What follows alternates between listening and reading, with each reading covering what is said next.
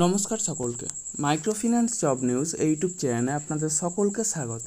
যে কারণে আপনাদের সামনে আবার নতুন ভিডিও নিয়ে উপস্থিত হলাম যে এক্সিস ব্যাংকে মাইক্রোফিন্যান্স ডিপার্টমেন্টের জন্য ফিল্ড অফিসার পদে এক ইন্টারভিউয়ের আয়োজন করা হয়েছে। যারা মাইক্রোফিন্যান্স সেক্টরের ফ্রেশার, অর্থাৎ যারা কোনোদিনও মাইক্রোফিন্যান্স সেক্টরে কাজ করেননি অথবা অন্য কোনো ফিনান্সিয়াল সেক্টরে অন্তত 1 বছর বা তার বেশি সময় ধরে কাজ করছেন, উভয়ে এই ইন্টারভিউয়ে অংশ নিতে পারেন।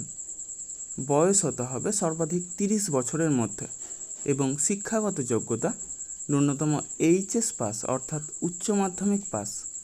তবে উচ্চশিক্ষাগত যোগ্যতা থাকলেও আপনারা এই কাজের জন্য আবেদন করতে পারেন।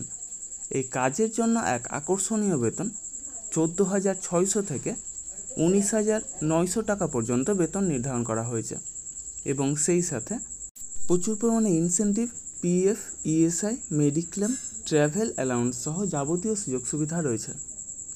এই ইন্টারভিউ অনুষ্ঠিত হবে আগামী 23শে সেপ্টেম্বর 2024 অর্থাৎ সোমবার ফারাক্কা ব্রাঞ্চে এবং জব লোকেশন অর্থাৎ পোস্টিং হবে মালদা জেলার বিভিন্ন ব্রাঞ্চে এবং ধুলিয়ান, রঘুনাথপুর সহ বেশ কিছু ব্রাঞ্চে।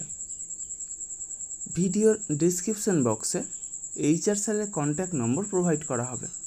আপনারা কন্ট্যাক্ট করে তারপরে সেখানে যাবেন অথবা সরাসরি 23শে সেপ্টেম্বর 2024 অর্থাৎ সোমবার ফারাক্কা ব্রাঞ্চে গিয়ে উপস্থিত হবেন। ইন্টারভিউ শুরু হবে সকাল 10টা থেকে।